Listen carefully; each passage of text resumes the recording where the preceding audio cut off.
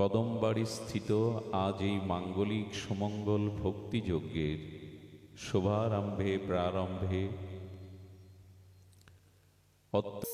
নমস্কার, এখন দেখছেন সনাতনী মিডিয়া। এলাকায় প্রাতঃস্মরণীয় পরম বন্দনীয় ভগবানের বিশেষ মহিমা প্রকাশে আমরা জানি এটা গণেশ পাগলের এলাকা।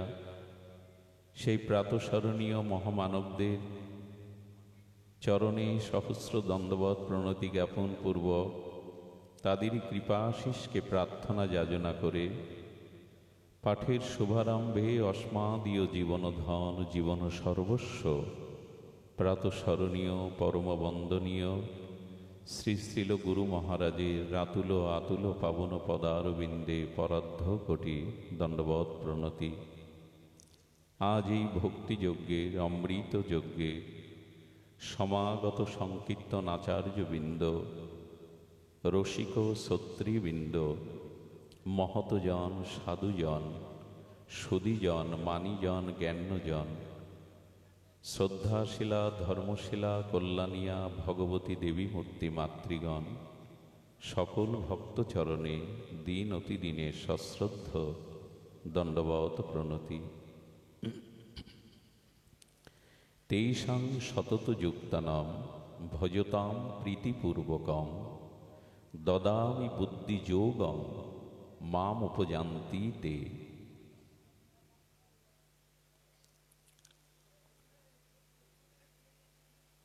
এ পৃথিবীতে, এ জগতে কোনো বৃক্ষ লতা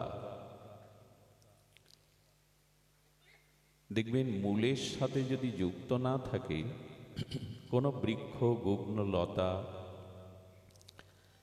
সে যদি মূলের সাথে যুক্ত না থাকে তবে তাতে ফল ফুল ধরে না, সবুজ পল্লবে পল্লবিত হতে পারে না। মূল থেকে যদি ছেদন করা হয় কোনো বৃক্ষ লতা গগ্ন ফুল ফল দিতে পারে না, পল্লবিত প্রসারিত বিস্তারিত হতে পারে না। এটা যেমন সত্য, তেমন পরমাত্মার সাথে, পরমাত্মার পরাবস্থা সচ্চিদানন্দ ভগবানের সাথে যাদের যুক্ত নেই তাদের জীবনও আনন্দময় হতে পারে না, কল্যাণময় হতে পারে না। বৃক্ষটাকে যোগ থাকতে হবে মূলের সাথে, তবেই সে আলো বাতাসে ফুলে ফলে পল্লবিত হতে পারবে। মূল থেকে, স্কন্দ থেকে কেটে বৃক্ষটাকে রেখে দিন, জগতের আলো বাতাস বইছে কিন্তু ফুল আর হবে না, ফলও ধরবে না, কচি পল্লবিত বৃক্ষ শোভা আর আসবে না। তেমনি ভগবানের সাথে যারা আমরা যুক্ত নই, সেই পরমাত্মার পরাবস্থা সচ্চিদানন্দ ভগবানের সাথে যাদের সংযুক্ততা নাই তাদের জীবনে পরম আনন্দ পরম কল্যাণ আসতেই পারে না। প্রতিটি জীব কিন্তু ভগবানকেই চায়। খুব ধ্যান দিয়ে শুনবেন, প্রতিটি জীবের প্রতিটি সত্তা ভগবানকে চায়। কথাটি সকলে মেনে নিতে পারবেন না, সকলে ভগবানকে চায়। পৃথিবীতে অনেক নাস্তিক আছে, পৃথিবীতে অনেক অবিশ্বাসী মানুষ আছে যারা ঈশ্বর বিশ্বাস করে না। তো তাহলে এই কথার সত্যতা কোথায় যে সমস্ত জীব ভগবানকে চায়? এ কথার ব্যাখ্যা আমাদের আচার্যরা জানিয়েছেন, ধ্যান দিয়ে শুনুন। দেখুন, আপনি এখানে প্রদীপ প্রজ্বলন করলে প্রদীপের শিখাটা উপরের দিকে যায় কিনা? আপনি যে কোনো জায়গায় অগ্নিতত্ত্ব প্রজ্বলিত করুন, অগ্নি জ্বালান, ওর শিখাটা, ওর গতিটা ঊর্ধ্বমুখী হবে কিনা? নিচের দিকে অগ্নির শিখা কি আসবে? কারণ কি? কারণ অগ্নির সৃষ্টি সূর্য থেকে, যেখান থেকে যে বস্তুর সৃষ্টি তার গতি প্রকৃতি সেই দিকে। যেমন দেখবেন পার্থিব বিকার একটা মাটির ঢেলা বা পাথরকে আপনি উপরে ছুঁড়ে দিলেন, বহু উপরে ছুঁড়ে দিলেও কি উপরে থাকবে? সে কোথায় আসতে চাইবে? তার গন্তব্য যেখানে, যার সৃষ্টি যেখানে, যার উৎপত্তি যেখানে, ও সেখানেই ফিরে আসতে চাইবে, চাই কিনা? তেমন জল তত্ত্বকে আপনি যত উপরে তুলুন, জল দেখবেন বিন্দু বিন্দু আকারে গড়িয়ে নিম্নগামী হবে, কারণ সমুদ্র জলের উৎস, নিচের দিকেই যাওয়াই জলের স্বভাব। তেমনি আমাদের সৃষ্টি ভগবান থেকে।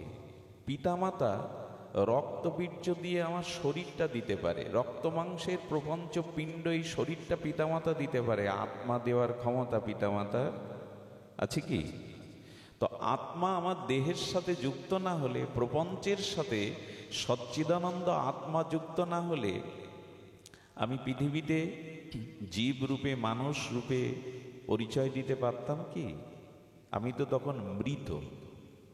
আত্মা দেহে নাই মানে, আত্মার সংযুক্তি নাই মানে আমি মৃত।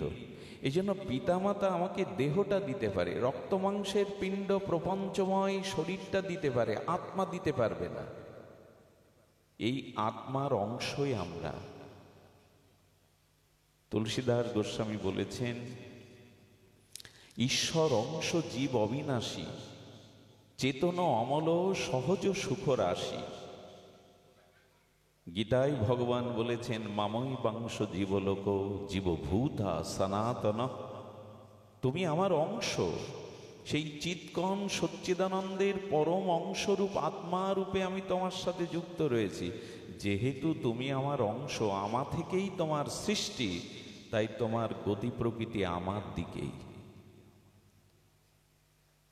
কিন্তু মানুষ অনেকেই নাস্তিক্যবাদে ঈশ্বরকে যে মানে না, আর আমাদের গতি ভগবানের দিকে, সেটাও তো আমরা লক্ষণে দেখি না। আমাদের গতি তো বিষয়ের দিকে, ভোগের দিকে, কামের দিকে, সংসারের দিকে, শরীরের দিকে, অর্থের দিকে, মান সম্মান পদ প্রতিষ্ঠার দিকে। কই ভগবানের দিকে তো সহজে আমাদের গতি যায় না। কিন্তু এই কথা আমাদের শাস্ত্রে এসেছে যে না, ভগবানকেই আমরা চাইছি। দেখুন, ভগবানের পরিচয় দিতে গেলে আমাদের এভাবেই পরিচয় দিতে হবে। ভগবত তত্ত্ব কি? ভগবানের তাত্ত্বিক তত্ত্ব কি? তাত্ত্বিক তত্ত্ব হলো সচ্চিৎ আনন্দময়। ভগবান হলেন সৎ চিৎ আনন্দ। এভাবে না জানলে কিন্তু আবেগে ভগবানকে জানা যাবে না। হই হুল্লোড় করে আবেগ তাড়িত হয়ে পরতত্ত্ব ভগবানকে জানা যাবে না। গীতা, ভাগবত, উপনিষদ, ঋষিদের সেই সাধনার উপলব্ধিতে তারা জানিয়েছেন, ভগবান মানে সৎ চিৎ আনন্দ। এই তিনটি তত্ত্ব সমন্বিত যেখানে, সমষ্টি যেখানে, তাকে বলে ভগবান। সচ্চিদানন্দ পূর্ণ কৃষ্ণের স্বরূপ। অমল পুরাণ সর্ববেদান্ত সার ভাগবত তাই বলেছেন, সচ্চিদানন্দ রূপায় বিশ্ব উৎপত্তাদি হেতবে তাপত্রায় বিনাশায় শ্রীকৃষ্ণ বয়াং নমঃ। ভগবান কিরূপ না, তিনি সৎ, তিনি চিৎ আনন্দময়। দেখুন, প্রতিটা জীব ভগবানকে চাইছে কিনা এই তত্ত্বের দ্বারা নিরূপণ করেছেন আচার্যরা। ধ্যান দিয়ে শুনুন। সৎ বলতে যা ত্রৈকালিক সত্য আছে, পূর্বে ছিল, এখন আছে, ভবিষ্যতেও থাকবে, যা সর্বত্র সর্বদা। সৎ অবিনাশী, সৎ কখনো বিনাশ হতে চায় না। আচ্ছা বলুন তো, আমরা কখনো আমাদের বিনাশ চাই কি? ঈশ্বর চাওয়ার দরকার নেই আপনার, আপনি আপনার বিনাশ চান। পৃথিবীর প্রতিটা প্রাণী তার অস্তিত্বকে টিকিয়ে রাখতে চায়, চাই কি না? জলে যদি কোনো একটা পিপিলিকা পড়ে যায়, সব প্রাণী তো বাঁচতে চায়, তার অস্তিত্বকে টিকিয়ে রাখতে চায়, নিজের অস্তিত্ব বিলীন হোক কেউ চায় না। তার মানে সত্তাকেই আমরা চাই। আমার অস্তিত্ব বিলীন হোক এ আমি চাই না, আমার অস্তিত্বকে আমি সর্বদা স্বীকার করতে চাই। এই জন্য বোধ হয় মৃত্যুকে কেউ মেনে নিতে চায় না, মৃত্যুকেও প্রার্থনা করে না, এই জন্য মৃত্যুকে মেনে নিতে চায় না, এই জন্য নিজের অস্তিত্বের নাশ কেহ চায় না। আমি বেঁচে থাকতে চাই, চিরদিন থাকতে চাই, আমার অস্তিত্ব বিদ্যমানতা থাক, আমার অস্তিত্ব যেন সংকটে না পড়ে, এটা চাওয়া মানেই তো ভগবানকে চাওয়া। কারণ পৃথিবীতে আর সকল কিছু বিনাশশীল, নশ্বর, একমাত্র সতই হলো অবিনশ্বর, যার ধ্বংস, লয়, ক্ষয় এগুলি নাই। তা আমিও তো চাই আমার অস্তিত্ব টিকে থাকুক। কেউ অস্তিত্ব বিনাশ চায় না। তার মানে আপনি পরোক্ষভাবেও ঈশ্বরকে না চাইলেই রাম ভগবান, হরিচাঁদ ঠাকুর, হ্যাঁ, শ্রীকৃষ্ণ চৈতন্য প্রভু, এভাবে নাম ধরে না চাইলেই আপনি সৎকে চাইছেন, আর সতের স্বরূপই হলেন ঈশ্বর। অস্তিত্ব আপনি রাখতে চাইছেন। দেখুন, মৃত্যু আমরা চাই না কেন? মৃত্যু তো ধ্রুব সত্য। গীতার এই শ্লোকে যদি সরলত্ব আমরা করি, তাহলে মৃত্যুটা ভগবান যেভাবে দেখেছেন, ব্যক্ত করেছেন, সেটা বড় অদ্ভুত। বাসাংসি জীর্ণানি যথা বিহাই নবানি গৃহ্ণানি নরহ পরাণি তত শরীরানি জীর্ণন্নানি সংজাতি নবানি দেহি। কি অদ্ভুত ভগবানের এই দিব্য শ্লোকাবলী! ভগবান মৃত্যুকে তুলনা করেছেন বাসাংসি জীর্ণানি। আমাদের পরিদেহ বস্ত্র কাপড়টা জীর্ণ হয়ে গেলে সেই পুরাতন জীর্ণ বস্ত্রটা পরিত্যাগ করে আমরা নূতন বস্ত্র ধারণ করি। গোবিন্দ বলছেন, জীর্ণ শরীর ত্যাগ করে জীবাত্মার একটি নূতন শরীর ধারণ করে, এতে শোকের কি আছে? কতগুলি কি মেনে নেব আমরা? তুমি এত সহজে বলে দিলে ভগবান পুরাতন কাপড় পরিত্যাগ করে নূতন কাপড় পরিধান, তা আমরা মৃত্যুকে এভাবে মেনে নেব? মেনে তো নিতেই হবে। নিতে হবে। এই জন্য ভগবান আবেগতাড়িত কথা বলেননি। ভগবান চিরসত্য, শাশ্বত, চিরন্তন, মঙ্গলময় কথাই বলেছেন, আমরা মেনে নিতে পারিনি। আচ্ছা, নূতন কাপড় পরতে আপনাদের কি হয় জানি না, আমার তো খুব সুখ হয়। তাহলে পুরাতন দেহটা ছেড়ে নূতন দেহ পেতে আমার সুখ হয় না কেন? কষ্ট, দুঃখ, যন্ত্রণা, হাহাকার আসে কেন মৃত্যুতে? এর কারণ কি? আরো লক্ষ্য করুন, পুরাতন কাপড়ের ভাঙাটা কাজে লাগে। পুরাতন কাপড়ের ভাঙাটা কাঁথা সেলাই করা যায়, সলিতা করা যায়, ঘর মোছা করা যায়। কিন্তু আত্মা দেহ থেকে চলে গেলে ৬-৭ ঘন্টা পরে এ দেহ একটা ভাঙা কাপড়ের যে মূল্য আছে, এ দেহের সে মূল্য এটা পচে গলে যাবে, দুর্গন্ধ ছড়াবে। ভাঙা কাপড় রেখে দিলে কি পোকা হয়? তাকে তো কাঁথা করতে পারেন, ঘর মোছা করতে পারেন, কিন্তু শরীরটা ভাঙা কাপড়ের থেকেও মূল্যহীন আত্মা যদি চলে যায়। শরীর ভাঙা কাপড় স্পর্শ করলে কেউ অপবিত্র হয় না, স্নান করতে হয় না, কিন্তু মরা স্পর্শ করলে তাকে স্নান করতে হয়। ভাঙা কাপড়েরও যে মূল্য আছে, আত্মা চলে গেলে দেহের মূল্য নাই। সেলাই করেও তো ছেঁড়া কাপড় পরা যায়, কিন্তু আত্মা চলে গেলে আর জোড়াতালি দিয়ে দেহ চালানো যাবে? যাবে না। এই জন্য ভগবান বলছেন যে দেখো, আচ্ছা কষ্টটা হয় কেন? আমরা কষ্টটা মনে করি কেন মৃত্যুকে? মনে করি তার কারণ আছে। দেখুন, পুরাতন কাপড় পরিত্যাগ করে নূতন কাপড় পরতে সুখ হয়, তেমনি যারা সাধক, যারা মহাত্মা, যারা তত্ত্ব জেনেছেন, যারা এই নশ্বর রক্ত মাংসের পিণ্ড শরীরকে আমি না ভেবে আত্মাকেই, স্বরূপকেই চিন্তা করেছে, তাদের সুখ হয়। এই দেহটা জরাজীর্ণ হয়ে গেছে, আমি নূতন একটা দেহ নিয়ে নূতন উদ্যমে ভগবানের ভজন শুরু করব। সাধকদের এই কষ্ট হয় না। সাধকরা এই জন্য মৃত্যুকে প্রণাম করেছেন, মৃত্যুকে আহ্বান করেছেন। বিশ্বকবি রবীন্দ্রনাথ বলতে বলতে বলেছেন, মরণ তুহু মম শ্যাম সমানা। মৃত্যু, তুমি আমার কাছে শ্যামের মতো সুন্দর। মৃত্যু অতিথির ন্যায়, তার আগমনে আনন্দ পায় সাধকরা। কারণ সে জানে আমার মৃত্যু নেই, আমার সত্তার বা আমার আত্মার অবিনশ্বর, শাশ্বত, চিরন্তন, অজর, অব্যয়, শাশ্বত, সনাতন, এর মৃত্যু নেই। এই জন্য সনাতন ধর্মের মানুষ মৃত্যুকে খুব বেশি গুরুত্ব দেননি। ক্ষুদিরামের মতো 18 বছরের এক যুবকও ফাঁসির মঞ্চে জল্লাদকে বাদ দিয়ে ফাঁসির দড়িটা হাসি মুখে নিজে পরিয়ে দিয়েছিলেন। কারণ গীতাই শিখিয়েছে আমার আত্মার মৃত্যু নেই, শরীরটা বহুবার পরিবর্তন হবে, আত্মার কোনো পরিবর্তন নেই। মৃত্যুকে ভয় পায়নি এরা। আমরা পাই কেন জানেন? তার কারণ আছে। কাপড় পরিবর্তনে ভয় কি? আনন্দ তো হবে। আমরা কেন ভয় পাই তার কারণ দেখুন, এই শরীরের সাথে আমি পরিবার, স্ত্রী, পুত্র, টাকা পয়সা, বাড়ি গাড়ির একটা মমতা জড়ানো আছে, ওইগুলো আসলে ছেড়ে যেতে হবে, তাই কষ্ট হয়। বোঝা গেল? দেহের সাথে বাড়ি গাড়ি, টাকা পয়সা, স্ত্রী পুত্রের একটা সম্বন্ধ আছে, ওগুলি থেকে দূরে সরে যাচ্ছি, কষ্টটা ওই জন্য। মৃত্যুর কষ্ট কষ্ট নয়, কারণ নূতন করে আবার শুরু করা, নূতন অভিযানে নামা, নূতন কোনো আলোর পথে যাওয়া। এই জন্য মৃত্যু তো দুঃখের হতে পারে না, দুঃখ যে এদেরকে ছেড়ে যেতে হচ্ছে, এদের প্রতি মোহ মায়া মমতা আমার এই বোধ, কষ্টটা শুধু ওখানে। এই জন্য আমাদের অস্তিত্বকে আমরা টিকিয়ে রাখতে চাই, একে বলে সৎকে চাওয়া। আর চিত, চিত মানে জ্ঞান। পৃথিবীতে এমন কেউ আছেন যিনি জ্ঞানী হতে চান না, জ্ঞান অর্জন করতে চান না? প্রত্যেক মানুষই জ্ঞানের পূজারী, সকলেই জ্ঞানী হতে চায়।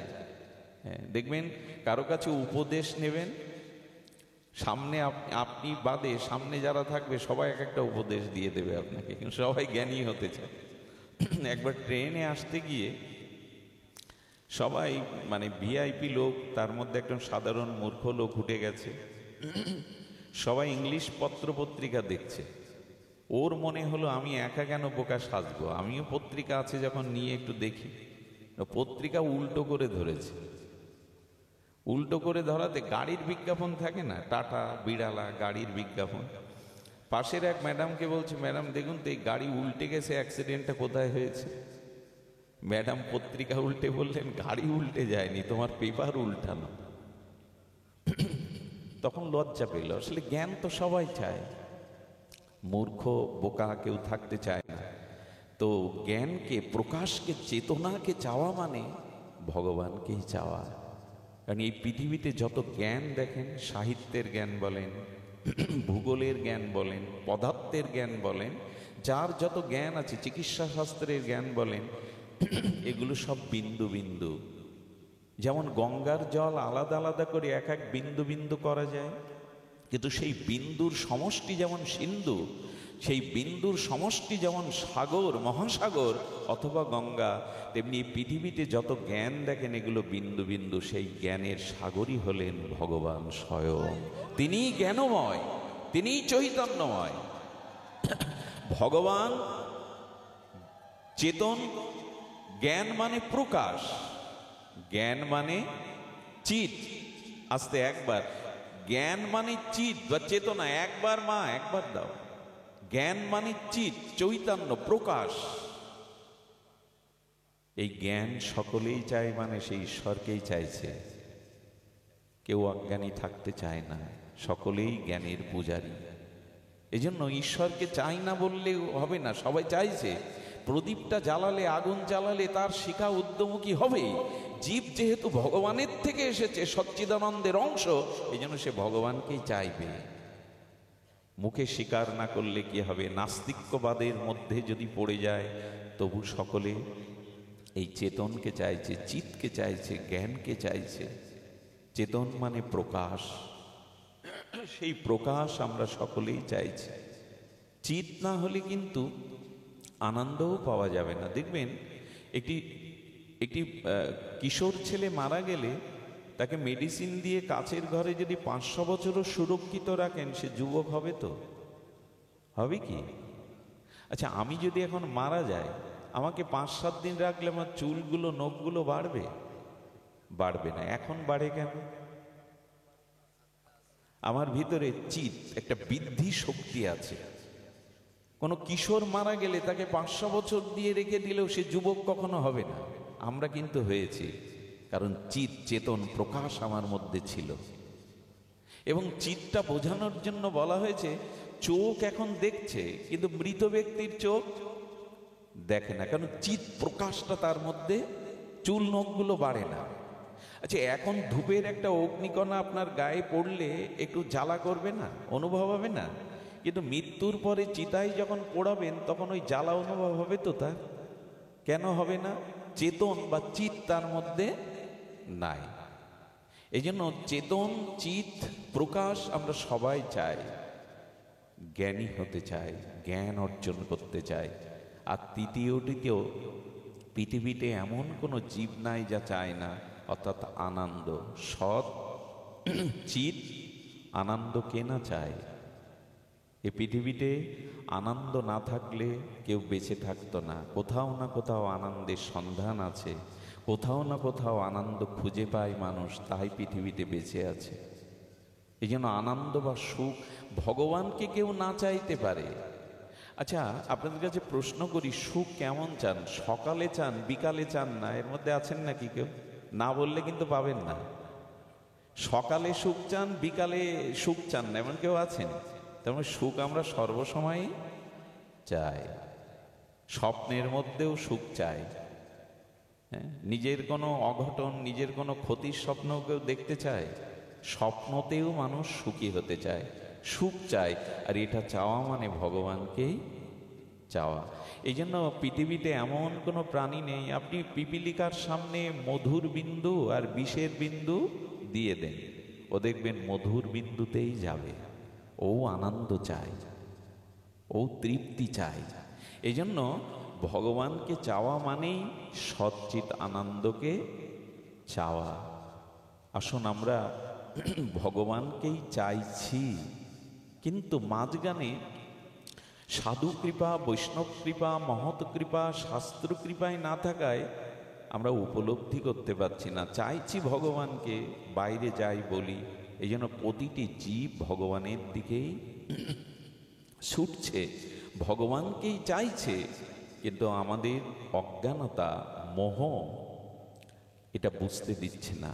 আনন্দ কেনা চায়, আনন্দ অখণ্ড রূপে চায়, খণ্ড রূপে চায় না। আনন্দ সর্বসময় চাই, সুখ তো সকলেই চাই। তাহলে ভগবানকেই আমরা প্রকৃত চাইছি। তো এখানে যে শ্লোকটি বলেছেন, দেখুন, আপনি অন্যের কাছে কিছু চাইতে যাবেন না।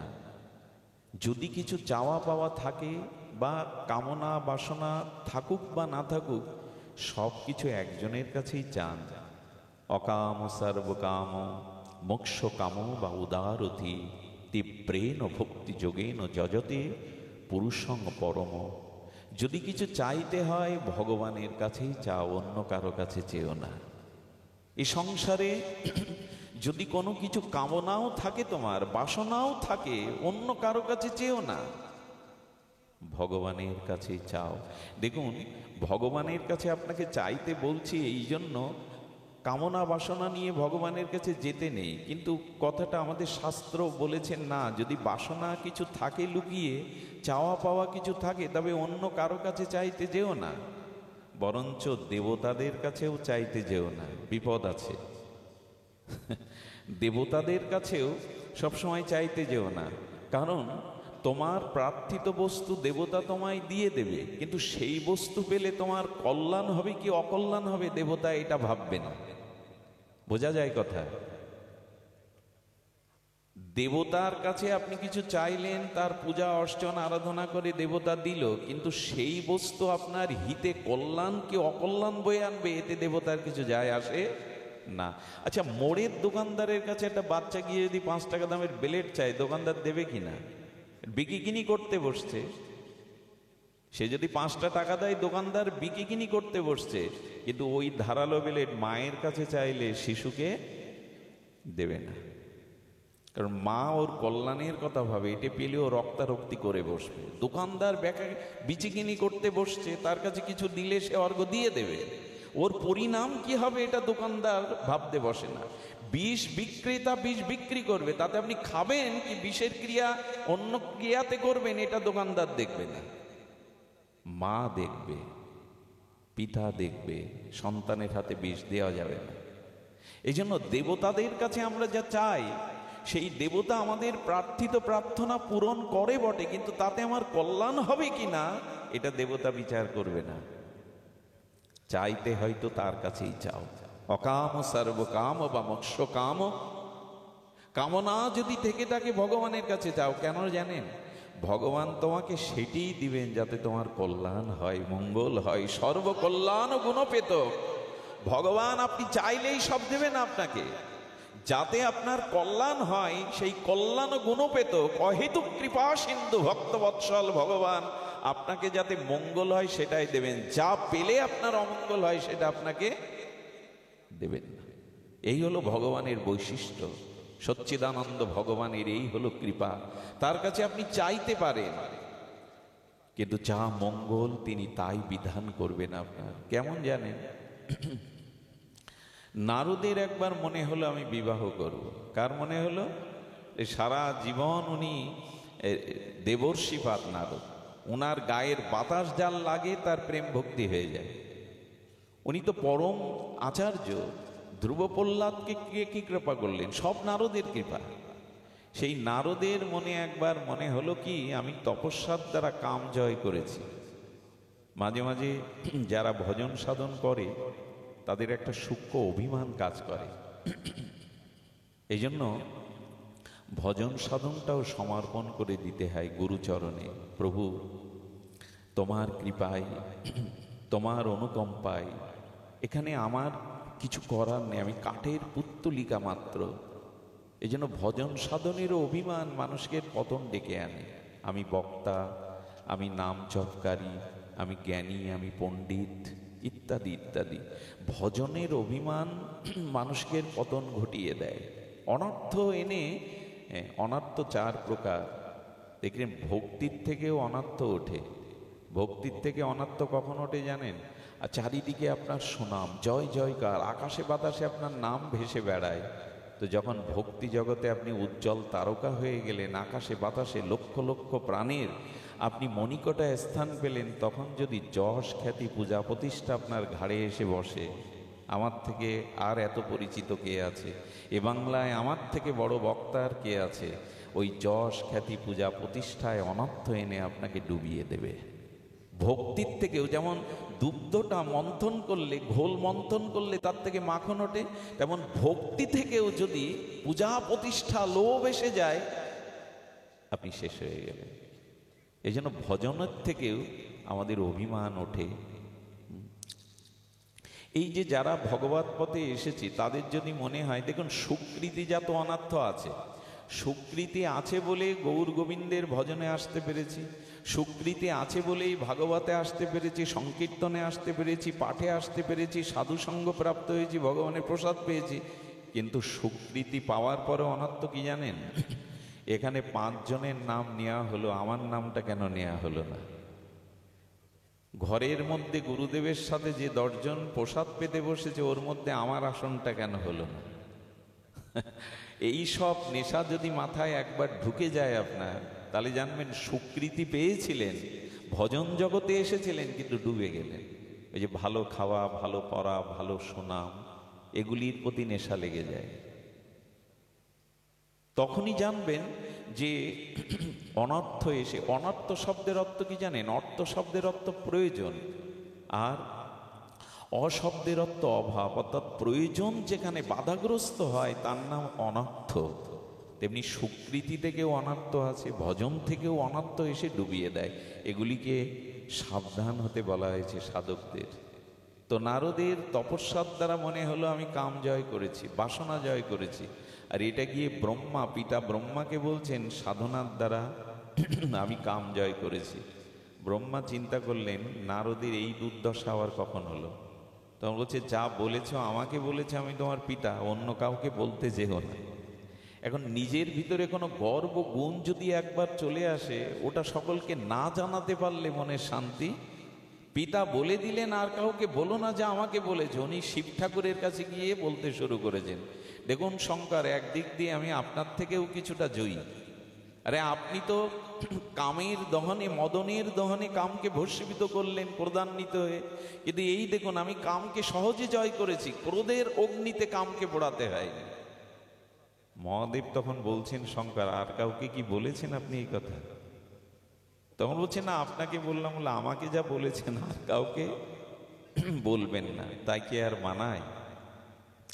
ভগবানের কাছে গিয়ে তখন বলছেন, প্রভু আমি কাম জয় করেছি, কিন্তু আমার তো একটা স্বাদ আসছে মনে, স্বাদ হলো আমি সংসারী হতে চাই। নারদের এই দশা দেখে ভগবান চিন্তা করলেন, না, এই এই দেবর্ষিপাতকেই যদি সংসারে নেওয়া হয় সর্বনাশ হয়ে যাবে। স্বয়ংবার সবাই স্বয়ং মোহিনী রূপ ধরে গোবিন্দ, আর স্বয়ংবার সবাই মালা দিতে গিয়ে নারদ বেশ বর বেশে গেছেন, কিন্তু গোবিন্দ কৃপা করে, দয়া করে, করুণা করে নারদের প্রতি ভক্তবৎসলতায় নারদের মুখটা পোড়া হনুমানের মুখ করে দিয়েছে। নিজের মুখ কি দেখা যায়? ও গিয়ে বসেছে যে বরমাল্য দিলে মোহিনী আমার গলায় দেবে। ভগবানও সেখানে বর বেশে গিয়ে মোহিনীর মালা নিলেন। যেই ভগবানের গলায় মোহিনী মালা দিল, নারদের এই পোড়া হনুমান মুখ দেখে সবাই ঠাট্টা করতে লাগলো। তখনই নারদ দর্পণে নিজের মুখ দেখে কাঁদছেন আর গোবিন্দকে অভিশাপ দিচ্ছেন ভগবানকে। বল, বাহ, দেখুন কামনা এলে কি হয়। বললেন, তোমার পাশে লক্ষ্মী দেবী থাকতে দোষ নেই, শিবের পাশে পার্বতীর দোষ নেই, নারায়ণের পাশে লক্ষ্মীর দোষ নেই, ব্রহ্মার পাশে ব্রহ্মণীর থাকতে দোষ নেই, শুধু আমার পাশে থাকতে দোষ। হিংসা হলো আমি বিয়ে করব বলে। যখন কাঁদছে তখন বলছেন, আমি তোমায় অভিশাপ দেব ভগবান। গোবিন্দ তখন মনে মনে বললেন, তুমি তো সামান্য সময় কাঁদছো, যাতে সারা জীবন কাঁদতে না হয় এই জন্য আমি তোমার ব্যবস্থা করিনি, যাতে সারা জীবন না কাঁদতে হয়। আর শোনো, তোমার সুখের জন্য, তোমার মঙ্গলের জন্য যদি অভিশাপ নিতেই হয়, দাও নারদ, অভিশাপ দাও। বললো, আমাকে যেমন স্ত্রী ছাড়া করলে, শোনো ভগবান, তোমাকেও 14 বছরের স্ত্রী ছাড়া হতে হবে। আর এই হনুমান মুখ করে আমাকে বঞ্চিত করলে, সেদিন ওই স্ত্রী উদ্ধারে এই হনুমানের প্রয়োজন হবে তোমার। ভগবান মাথা পেতে নিলেন।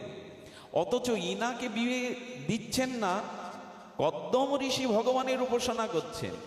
কদ্দম ঋষিকে বললেন, আমি তোমার জন্য সুকন্যা নির্ধারণ করে রেখেছি, উপযুক্ত সময় তোমার বিবাহ হবে। একজনকে বিয়ে দিচ্ছেন না, অভিশাপ দিচ্ছেন, আর একজনের বিয়ের জন্য পাত্রী রেখে দিয়েছেন। কেন জানেন? ভগবান জানেন কার কোনটা দিলে তার জীবনের কল্যাণ হবে। এই জন্য চাইতেই যদি হয় ভগবানের কাছে চান, সে কামনা বাসনা হোক, কিন্তু আপনাকে তাই দেবে ভগবান যা আপনার জন্য কল্যাণকর বা মঙ্গলময়। এই জন্য অকাম সর্বকাম মোক্ষ কাম। আরেকটা জিনিস হলো, দেবতা আপনাকে মুক্তি দিতে পারবে না। দেবতা আপনাকে ধন জন পুত্র পরিজন দিতে পারে, কিন্তু এই জন্ম মৃত্যু চক্রে থেকে আপনাকে মুক্তি দিতে পারবে না। আরেকটা কথা বলি, দেখুন, দেবতার পূজা কিন্তু নিষেধ নয়, আপনি দেব দেবীর পূজা করুন, কিন্তু আপনাদের একটু বলি, ভগবত ভজন না করলে কিন্তু আপনি আপনার লক্ষ্যে পৌঁছাতে পারবেন না। শুনে রাখুন, যে ভক্ত ভগবানকেই চায়, মনে প্রাণে ভগবানের উপাসনা করে, দেবতারাও তাদের শত্রু হয়ে দাঁড়ায়। খুব মার্মিক কথা, কথাটি সবাই নিতে পারবেন না। আপনাদের মনে হবে দেবতা ভগবানের ভজন করলে শত্রু হয়ে দাঁড়ায়। 8 ভাবে ভগবান তার ভক্তির পথে অন্তরায় হয়ে দাঁড়ায়। 8 ভাবে, পিতা, মাতা, স্ত্রী, পুত্র, কন্যা, কুটুম্ব, সজ্জন, 8 ভাবে দেবতারা ওদের মধ্যে প্রবেশ করে আপনাকে ভজন পথ থেকে দূরে সরিয়ে নিয়ে দেয়। এটা দৃষ্টান্ত শুনুন। একবার আশ্রমে ওখানে পাঠ হতো যোগাবশিষ্ট রামায়ণ, চরম ত্যাগের কথা। বশিষ্ঠদেব রামচন্দ্রকে যে ত্যাগ বৈরাগ্যের উপদেশ দিয়েছিলেন, এরই নাম শ্রী যোগাবশিষ্ট রামায়ণ। অদ্ভুত ত্যাগ বৈরাগ্যের উপদেশ। তো ওই আশ্রমে পিতামাতা কয়েকটি ছেলেকে রেখেছিল আশ্রমের পরিবেশে, গুরুকুলে, তারা যাতে আধ্যাত্মিক বিদ্যা অর্জন করে মানুষ হতে পারে। তো পিতামাতা এসে মহারাজের পাঠ শুনেছে যে সংসার নশ্বর, সংসার অনিত্য, ত্যাগ বৈরাগ্যই জীবনের সারাৎসার। এইভাবে যখন উনি পাঠ করছেন, পরের দিন সকালে বলছেন, মহারাজ, পিতামাতাই বলছে, মহারাজ, ছেলেকে আর এখানে আমরা রাখবো না। বলে, কেন?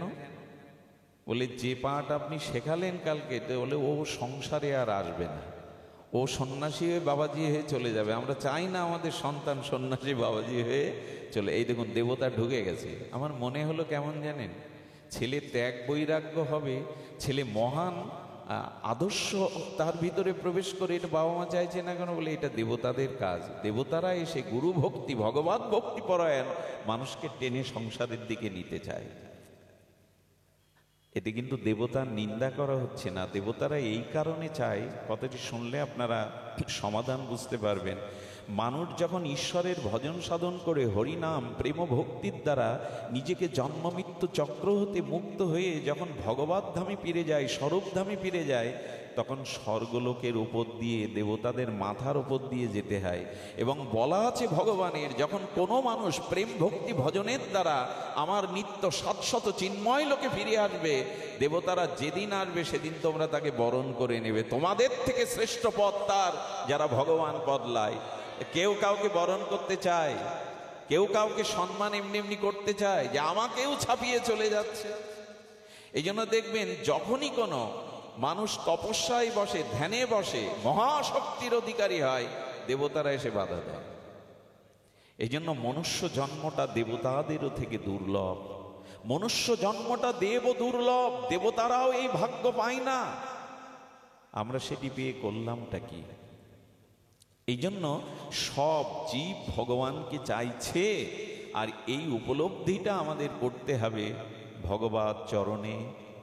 আমাদের এই যে শাস্ত্র কি বলেছে জানেন? কার কাছে যাবেন আপনি?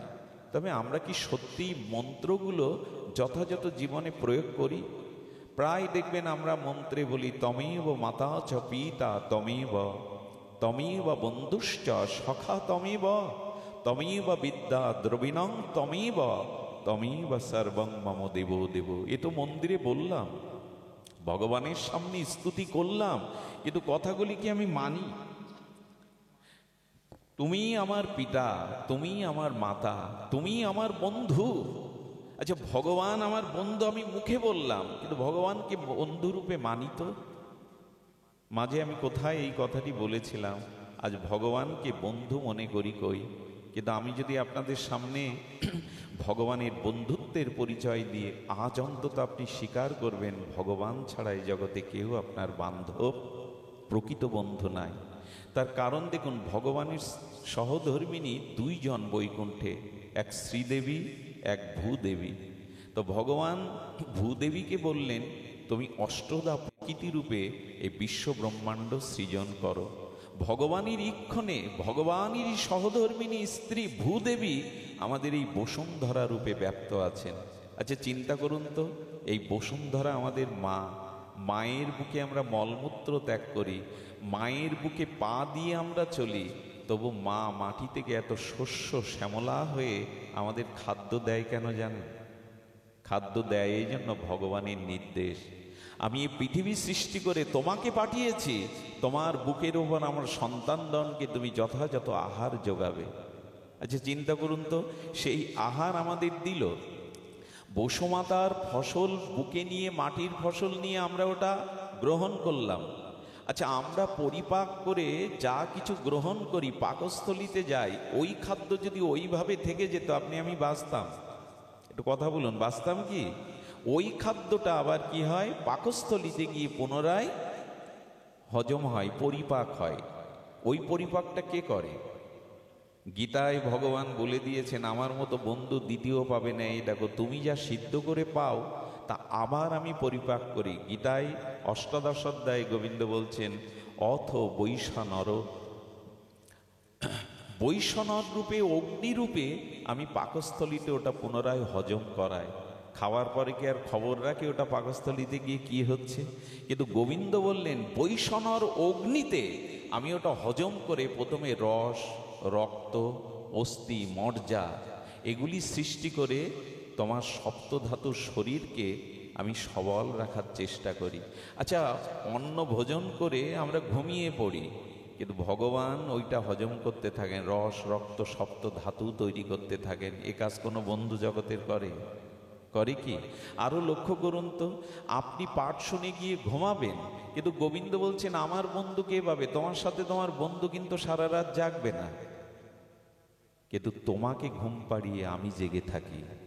আমি যদি তোমার বুকের মধ্যে জেগে না থাকতাম, চিরজীবনের মতো ঘুম আর তোমার ভাঙত না। আচ্ছা, আপনার যে বন্ধু সে চিরদিন থাকবে তো আপনার সাথে, হয়তো মৃত্যু তাকে নিয়ে যাবে, নাহলে তার থেকে আপনি দূরে সরে যাবেন মৃত্যুর দ্বারা, স্বার্থের দ্বারা, কোনো ঘটনার দ্বারা। 24 ঘন্টা বন্ধু কি সাথে থাকে? সারা জীবন থাকে। কিন্তু গোবিন্দ বললেন আমি তো তোমাকে ছেড়ে যাই না। আচ্ছা, লক্ষ্য করবেন, মা সন্তান প্রসব করার পরে, ভূমিষ্ঠ হওয়ার পরে সন্তানকে 24 ঘন্টা কি বুকে রাখে? পারে কখনো মা 24 ঘন্টা বুকে রাখতে? পারে না। এটা বন্ধ করে দাও। 24 ঘন্টা তো মা বুকে রাখে না। ধ্যান দিন, এদিকে ধ্যান দিন। 24 ঘন্টা মা বুকে রাখে না, মাঝে মাঝে 2-3 ঘন্টা কিছু সময় তাকে ছেড়ে দেয়। কিন্তু গোবিন্দ বললেন তোমার হৃদয়ে আমি 24 ঘন্টাই তো আছি, আমি তো তোমাকে এক মুহূর্তের জন্য ছেড়ে যাই না। আস্তে একদিন স্বামী স্ত্রীর বিবাহের পর কিছু কাল স্বপ্নের মতো কেটে যায়, একটু কল্পনার জগতে ভাসমান হয়ে যায়। 1-2টি সন্তান হলে তখন কেউ কাউকে আর মনের থেকে মেনে নিতে চায় না। তাদের সম্পর্কের মধ্যে, ভালোবাসার মধ্যে তিক্ততা চলে আসে।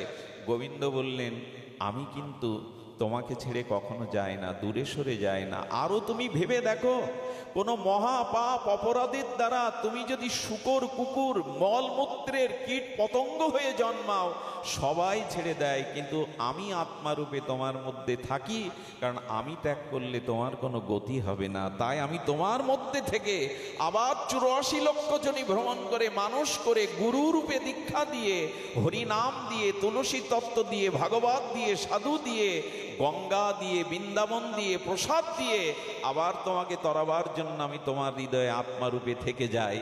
আমি তোমাকে কোনোদিন ত্যাগ করি না। এই বন্ধুর কথা ভাবেন, তার থেকে বড় বান্ধব কে আছে জগতে?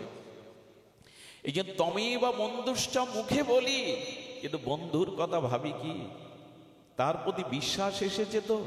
আমি আপনাদের একটা কথা বলে যাই, সারাটা জীবন অর্থের পিছনে আমরা যে চাকরি বাকরি, ব্যবসা, কিছু যে সময়টা দেই, তার অর্ধেকেরও এক অংশ সময় যদি ভগবানের জন্য দিতেন, অর্থ পান আর না পান আপনি ভগবান পেয়ে যেতেন, এটা নিশ্চিত বিশ্বাস, যদি ওই সময় ভগবানকে দিতেন।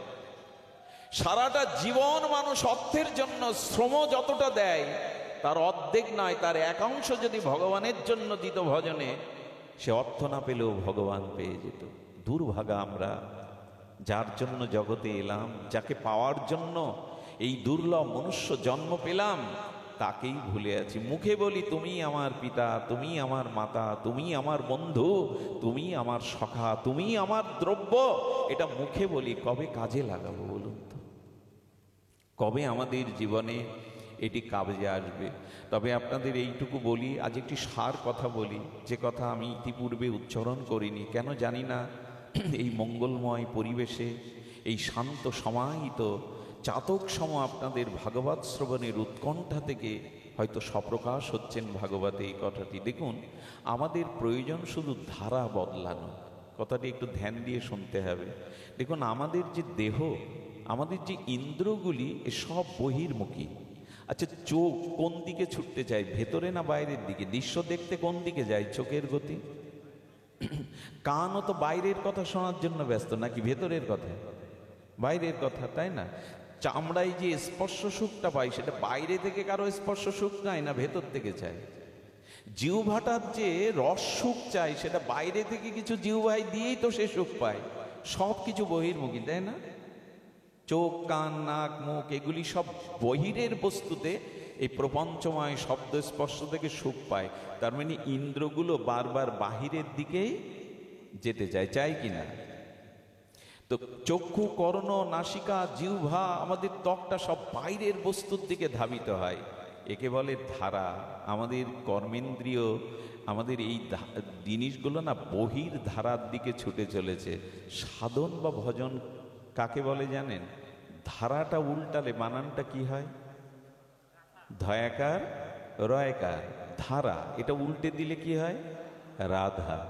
ভজন সেই দিনই হবে যেদিন এই বহির্মুখ ইন্দ্রিয়ের ধারাকে ভেতরমুখী করতে পারবেন, অন্তর্মুখী করতে পারবেন। তখন ধারাটাই রাধা হয়ে যাবে, ধারাটাই তখন রাধা হয়ে যাবে। আর রাধারানীর জন্যই তো ভজন সাধন, রাধারানীর জন্যই তো সকল কিছু। কারণ করুণা ভগবানের মধ্যেও জানায়, লাদিনী শক্তি করুণাময়ী মহাভাবময়ী রাধারানীর মধ্যে তাই আছে। রাধারানীতে যে করুণা আছে, স্বয়ং ভগবানের লাদিনী শক্তি রাধারানীতে যে করুণা আছে, স্বয়ং ভগবানের মধ্যেও এত করুণা নেই। এই জন্য তো রাধা নামে জগৎ প্লাবিত। রাধাকেই কেন গৌড়ীয় বৈষ্ণবগণ এভাবে উত্তাল হয়ে উদ্যম হয়ে রাধা রাধা বলে ব্যাকুল হয়? তার কারণ ধারাটা উল্টালেই হয়ে যায় রাধা। কেমন জানেন? তখন ওই এককেই ভেতরে চাইবে, চোখ চাইবে শুধু গোবিন্দকে দেখতে। রাধা কখন হবে? গোপী কখন হবে? আপনার ভজন সার্থক কখন হবে? চোখ যেটা বাইরের দেখতে চাইছিল সেটা এককে দেখতে চাইবে, সবার মধ্যে আমার প্রিয় পরম গোবিন্দকেই দেখি আমি, এককে ছাড়া দ্বিতীয় দেখছে না। আচ্ছা, কানটাকে কি বলছে? এতদিন বাইরের কথা শুনেছো, আবর্জনা পরনিন্দা পরচর্চা শুনেছো, এখন কানে শুধু গোবিন্দ কথাই যাবে, অন্য কথা যাবে না।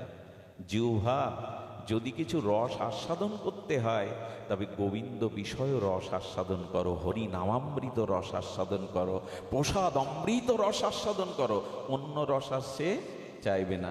যদি স্পর্শ সুখী চায় তো কোনো শুদ্ধ ভক্তের স্পর্শ সুখ সে চাইবে, যার স্পর্শে গোবিন্দ স্মৃতি জাগবে, যাকে বুকে জড়িয়ে ধরলে ভগবানের স্মৃতি জেগে যাবে। পুত্রকে বুকে জড়িয়ে ধরে যেমন বাৎসল্য প্রেমকে প্রগাঢ় হয়, বাৎসল্য প্রেমের তরঙ্গ আসে, তেমন তোমার কোনো শুদ্ধ ভক্তকে স্পর্শ করে যেন আমার ভিতরে সেই ভাবদশা বোধ হয়। সব তখন বাইরে না ছুটে ভেতরে ছুটছে। এরই নাম ভজন, এরই নাম ধারা বদলানো, রাধা মার্গে যাওয়া। এই ধারাটা আমাদের বদলাতে পারি আমরা যদি সাধুগুরু বৈষ্ণবের বিশেষ কৃপা হয়, তাদের অনুকম্পা পেলে, তাদের করুণা পেলে আপনার এদিকে ছুটবে, অবশ্যই ছুটবে। দেখুন, যখন ওই এককে আনন্দ দেওয়ার জন্য বহির্মুখ ইন্দ্রগুলি অন্তর্মুখী হয়ে ছুটবে, তখনই আপনি প্রকৃত আনন্দের সন্ধান পাবেন, তখনই আপনি প্রকৃত সেই প্রেম বলি, ভক্তি বলি। দেখুন, আমি আপনাদের চোখে মুখের দিকে কিন্তু চাইছি, কি তাপদাহ গরম, ওর মধ্যে আমাকে যদি বসিয়ে দেন আমি বেশিক্ষণ বসতে পারবো না, কিন্তু আপনাদের মুখগুলো চাতকের মতো উৎকর্ণ হয়ে হরিকথায় ব্যাকুল।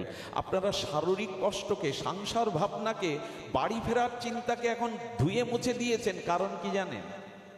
এখন এই তাপদহে মাটির ওপরে বসে ক্ষুধা তৃষ্ণা ত্যাগ করে, এমনকি জলতৃষ্ণাও কাউকে বলতে পারছেন না, কিন্তু এখানে আমাদের মুখগুলো দেখে মনে হচ্ছে আপনারা এখন ধারা বদলেছেন, সংসার বহির্মুখ ধারা থেকে অন্তর্মুখী ধারা বদলেছেন।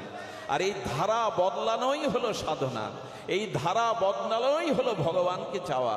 এই জন্য দাঁড়িয়ে বসে গরমেও আপনারা প্রশস্তি পাচ্ছেন হৃদয়ে, কারণ ধারা বদলেছে এখন। এই জন্য আমাদের অন্তর্মুখী ধারা, ওই এককে আনন্দ দেওয়ার জন্য আমাদের ধারাকে বহির্মুখ থেকে ভেতরমুখী করাই হলো ভজন। দেখুন, ভজন মানে আর কিছু না, অনন্ত জন্মের কুসংস্কার থেকে সুসংস্কারে যে ফিরে আসা। সংস্কার আমাকে বিপদগামী করতে চায়, ভোগ কামনার পথে নিয়ে যেতে চায়, যার দ্বারা ওই পথটা, ওই ধারাকে বিপরীতে নিয়ে যাবে, এরই নাম ভজন। যদি তা জীবনে না হয়, জানবেন ভজন ঠিক হচ্ছে না আপনার। যদি ধারা না বদলায়, বহির্মুখ থেকে অন্তর্মুখিতা না যায়, তাহলে জানবেন যথাযথ ভজন হচ্ছে না। এটা হয়েছিল ব্রজের গোপিকাদের। তারা কৃষ্ণের বাঁশি ছাড়া আর কিছু শোনেনি। কৃষ্ণের বাঁশি শুনে যেমন তারা সব ত্যাগ করে এসেছিল, আবার কৃষ্ণকে হারিয়ে গোপীদের গোপী গীতের দ্বারা কৃষ্ণ আবার ছুটে এসেছিল। গোবিন্দ বললেন, ওদের তো আর কোনো চাওয়া ছিল না, গোপীদের তো আর কোনো চাওয়া পাওয়ার বিষয় ছিল না। তবে আপনাদের এইটুকু অনুরোধ করি, অনুরোধটাকা হলো অন্তর্মুখী করে ভগবানকে না পাওয়ার, ভগবানকে আনন্দ না দেওয়ার, ভগবানকে প্রসন্নতা সুখ না দেওয়ার যে ব্যথা, এই ব্যথাটা যতদিন না জাগবে, জানবেন ভগবানের প্রতি আপনার প্রেম ভালোবাসা হয়নি। ছোট্ট একটা কথা মনে পড়ল। হস্তিনাপুর থেকে আজ শ্রীকৃষ্ণ তিনি দ্বারকায় চলে যাবেন। সবাই যখন কৃষ্ণকে বিদায় দেওয়ার জন্য ব্যস্ত, তখন কুন্তী দেবী অন্তরালে কাঁদছেন। কৃষ্ণের রথটা যে পথে যাবে, সেই রথের পাশে রাস্তার দাঁড়িয়ে চোখে আঁচল মুছতে আর কাঁদছেন, বারবার কাঁদছেন। আমার কি মনে হয় জানেন, ভগবানের জন্য হৃদয়ে যতদিন বিরহ না জাগবে, জানবেন ভগবানের প্রতি আপনার প্রেম ভক্তি আসেনি। ভালোবাসার মানুষের জন্যই তো মানুষের হৃদয় কাঁদে। কুন্তী দেবী কাউকে জানতে না দিয়ে উনি রাস্তার এক ধারে বসে ফুপিয়ে ফুপিয়ে কাঁদছেন। ভগবানের জন্য যে এই বিরহটা, কত কাঁদলাম বলুন তো, রোগ শোক সন্তান আদি পুত্র কন্যা কুটুম্বের জন্য অর্থের লস হয়ে গেল, ক্ষতি হয়ে গেল, কত কাঁদলাম। ওই ভগবানের জন্য কতবার কেঁদেছি। আমি দাবি করব যে তোমায় ভালোবাসি। এই জন্য ভগবানের বিরহে যতদিন চোখে অশ্রু না আসছে, তবে লোক দেখানোর জন্য না, আসর মাতানোর জন্য না, কুন্তির মতো রাস্তার একধারে দাঁড়িয়ে যদি গোপনে কাঁদতে পারেন, তখন বোঝা যাবে ভালোবাসা এসেছে। এভাবে আসরের মধ্যে কাঁদলে দর্শকদের মনোরঞ্জন হয়, ভালো বক্তা রূপে খ্যাতি হয়। এভাবে না, যদি ঘরে দুধ দিয়ে গোপনে একান্তে কাঁদতে পারেন ভগবানের জন্য, ওটাই প্রেমের পরিচয়, ওটাই ভগবানের প্রতি ভালোবাসার পরিচয়। কুন্তী দেবী কাঁদছেন, গোবিন্দ কি দেখতে পাবে? কুন্তী দেবী রাস্তার ধারে আধারে পড়ে বৃক্ষের আড়ালে পড়ে কাঁদছেন। এটা একটা জিনিস শুনুন, ভগবানের বিরহে যারা প্রেমশ্রু ফেলে না, সে পথ মারিয়ে ভগবানের যাওয়ার ক্ষমতা নেই। ভগবান ওই পথ উপেক্ষা করে কোনোদিন যেতে পারে না। রথ এসে থেমে গেছে রাস্তার পাশে, কেন গেছে জানেন? ভগবানের জন্য যাদের বিরহে অশ্রুপাত হয়, ওই পথ মারিয়ে যেতে পারে না ভগবান। ভগবানের এরকম ক্ষমতা নাই, উপেক্ষা নাই। রথ থেকে ভগবান নিজে নেমেছেন, আড়ালে ক্রন্দনরত কুন্তী দেবীকে পিসিমা বলে সম্বোধন করে প্রণাম করে বলছেন, পিসিমা, সারাটি জীবন কেঁদেছ, আজ কেন কাঁদছ? উনি বললেন, অন্তর বাহিরে পরম পুরুষ তুমি, তুমি সর্বকারণের কারণ, অন্তরং বাহিরং পরমং পুরুষং তুমি। আমি জানি তুমি পরম পুরুষ। হে কৃষ্ণ, আমি জানি তুমি অনাদিরাদি, আমি জানি তুমি সমস্ত জীবের নিয়ন্তা। তবু আমার প্রতি, আমার সন্তানদের প্রতি তোমার কত কৃপা। বিশ্ব স্রষ্টা স্বয়ং ভগবান হয়েও তুমি আমার অর্জুনের রথের সারথি হয়েছে। তুমি ঘোড়াকে জল খাওয়াতে, অর্জুনের জায়গাটা মুছে দিতে। তুমি স্বয়ং ভগবান হয়েও পাণ্ডবদের সাথে আহার করেছো, স্নান করেছো, একই সাথে খেয়েছো। ছায়ার মতো তুমি ছিলে। জানো কৃষ্ণ, জানো কৃষ্ণ, যখনই আমি অল্প বয়সে বিধবা হয়েছি, কান্না ছাড়া আমার জীবনে কিছু ছিল না। এই 5টা পুত্রকে নিয়ে আমি পথে ভিক্ষাও করেছি, বনবাসেও গেছি, ওদের বিষ খাইয়ে মারতে গেছে, যতুগৃহে পুড়িয়ে মারতে গেছে, কিন্তু সর্ববিপদে তুমি ওদের পাশে থেকেছো ছায়ার মতো। পিসিমা, পিসিমা, একথা কেন বলছো? আমি জানি তুমি অন্তর বাহিরে পরম পুরুষ, তবু তুমি ছায়ার মতো, সাধারণ সারথীর মতো, ড্রাইভারের মতো তুমি আমাদের ছায়াতে থেকেছ। কুন্তী দেবীর চোখের জল মুছিয়ে কৃষ্ণ বললেন, পিসিমা, সারাটি জীবন দুঃখ কষ্ট অশ্রু ফেলেছ, তোমাকে আমি কিছু দিতে পারিনি, কারণ তুমি কিছু চাওনি। আজ আমার কাছে কিছু চাও। কি চাইলো জানেন? পৃথিবীতে এরকম চাওয়া খুব বিরল। কুন্তী বলছো, যদি দিতে হয় এক কাজ করো, আমাকে সারা জীবনের কান্না দাও, আর আমার ছেলেদের আবার বনবাসী ভিখারি করে দাও, যাতে বিপদ আমাদের ছায়ার মতো লেগে থাকে। কৃষ্ণ চোখে তখন জল এসে গেছে। পিসিমা, সারাটি জীবন কেঁদেছ, পুত্রবধূর অপমান দেখেছ, রাজসভায় দ্রৌপদীর বস্ত্রহরণ, ছেলেদের এই দুঃখ কষ্ট, খুদ খেয়েছে তারা জঙ্গলে ভিক্ষা করে। তুমি আবারও কান্নার বধ চাইছো, বিপদের বধ চাইছো। তুমি 1000বার চাইলে আমি তোমাকে আর চোখের জল আর বিপদ এ দেব না। কুন্তী বলছেন, বিপদ দেবে না কেন? কারণ বিপদ পেলেই তো তোমার কথা মনে পড়ে, বিপদ এলেই তো তোমার কথা মনে পড়ে। যখনই কোনো সংকট আছে, বিপদ আছে, সেটাই আমার কাছে সম্পদ হয়ে যায়। কারণ যে বিপদে তোমার কথা স্মরণ হয়, সেটাই আমার কাছে সম্পদ। আর যে সম্পদ পেলে তোমাকে ভুলে যেতে হয়, সেটাই আমার কাছে বিপদ। ভক্তের ভাবনা দেখুন, যদি সংকট আছে, বিপদ আসে, তাতে যদি তোমার কথা স্মরণ হয়, সেটাই আমার সম্পদ, সেটাই আমার প্রকৃত সম্পদ।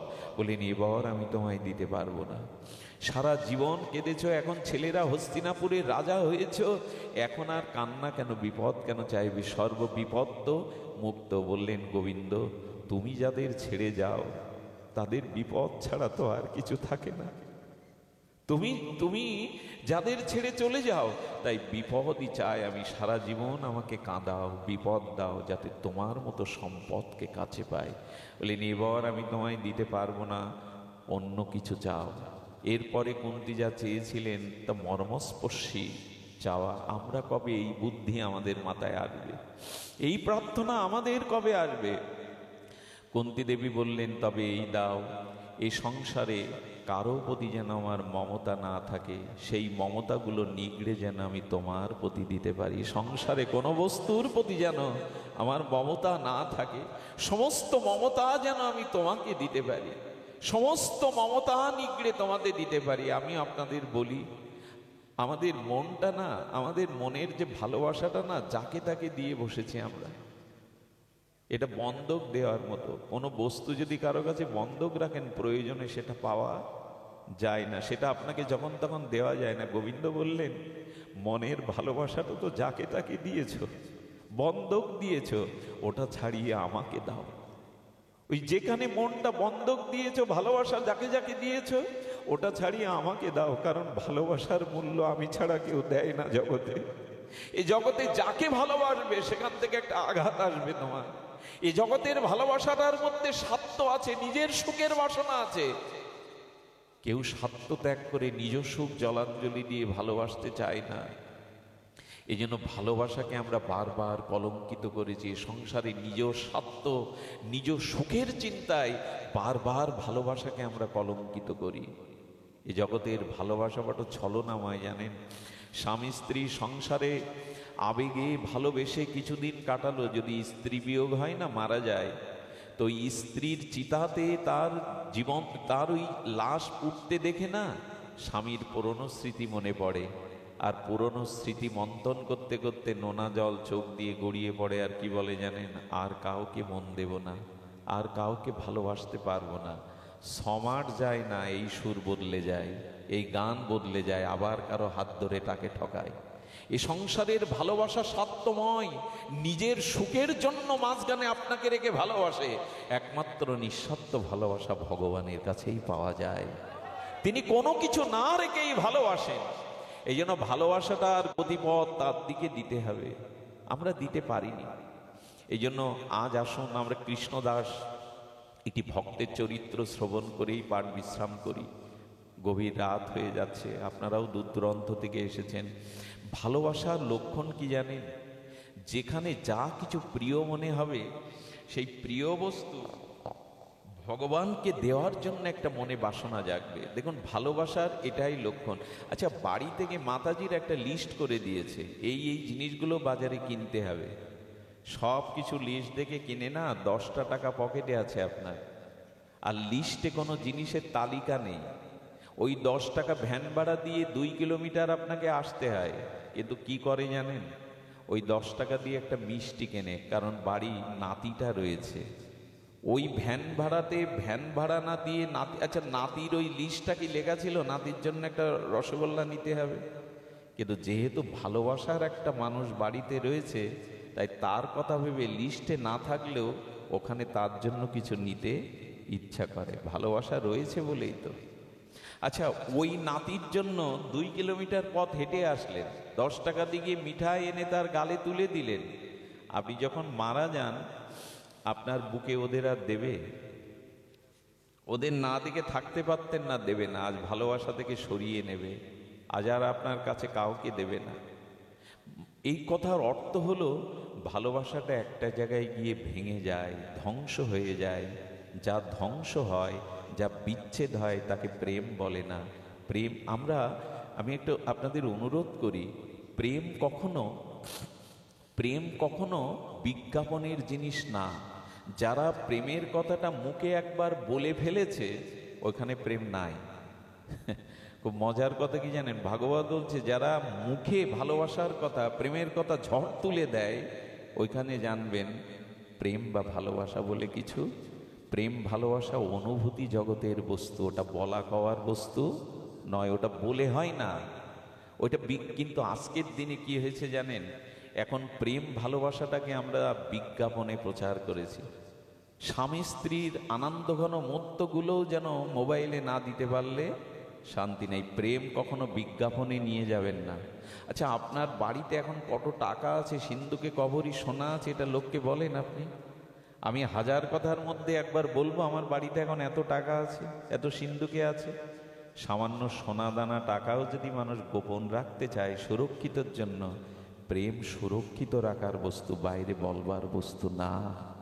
প্রেমটা উপলব্ধির বস্তু, কিন্তু প্রেম তো এই জগতে নাই। আর যেটুকু আমরা প্রেম বলে চালিয়ে দেই সেগুলো এখনো বিজ্ঞাপনের সস্তা জিনিস হয়ে গেছে।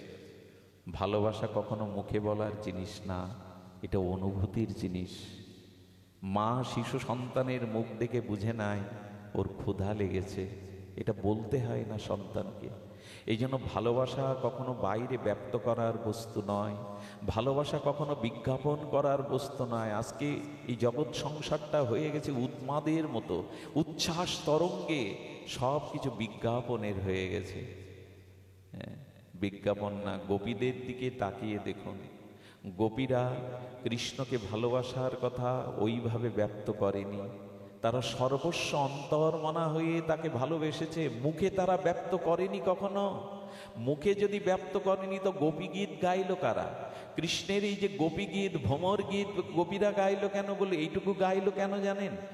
আজকে যদি গোপীরা গোপী গীত না গাইতো ভাগবতে, গোপী প্রেম যদি জগতে তারা প্রকাশ না করত, তাহলে প্রেম কি বস্তু জগৎ জানতো না। এ জগতের কাম কামনাকেই প্রেম বলে আমরা বুঝতে ভালোবাসি। গোপীরা যদি প্রকাশ না করত, প্রেম শব্দটা আমাদের কাছে কামই আমরা প্রেম ভেবে বসতাম, বাসনাকেই আমরা প্রেম ভেবে বসতাম। এই জন্য জগৎ কল্যাণে জানালেন, প্রেম কখনো বিজ্ঞাপন করার মুখে বলার জিনিস নয়। প্রেম কোনোদিন নিজের সুখের জন্য কিছু চায় না, প্রেম চাই প্রিয় পরমের সুখ। এই কথাটা আমি আবার বলছি, একটু ধ্যান দিয়ে মনে লিখে নিন। প্রেম কখনো নিজ সুখের কিছু দাবি করে না। প্রেম সর্বতোভাবে নিজের সর্বস্ব দিয়ে তাকে সুখী করতে চায়, এই হলো প্রেমের ভাষা। প্রেম কখনো আত্মসুখ চায় না, নিজ সুখ চায় না। প্রেম সর্বতোভাবে প্রিয়ের সুখ, তারই সুখ, এটাই। গোপীগণ এটা প্রমাণ করে জগতে দেখিয়ে গেছেন। তাদের আত্মসুখ ছিল না, তাদের দেহ ধর্ম, কুলধর্ম, সব ধর্মই তারা জলাঞ্জলি দিয়েছে ভগবানের জন্য, ব্যক্ত করেনি।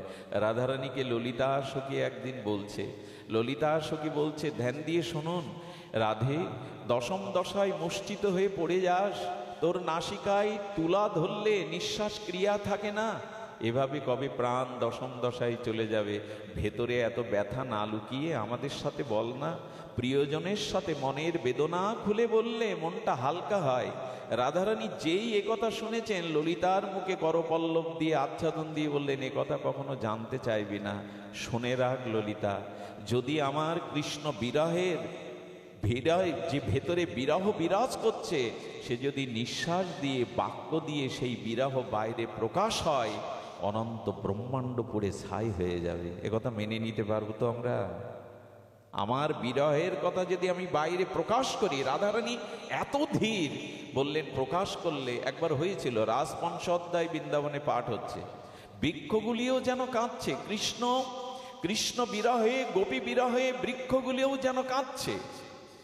আর যে বাবাজি পাঠ করছেন তার চোখে জল নাই।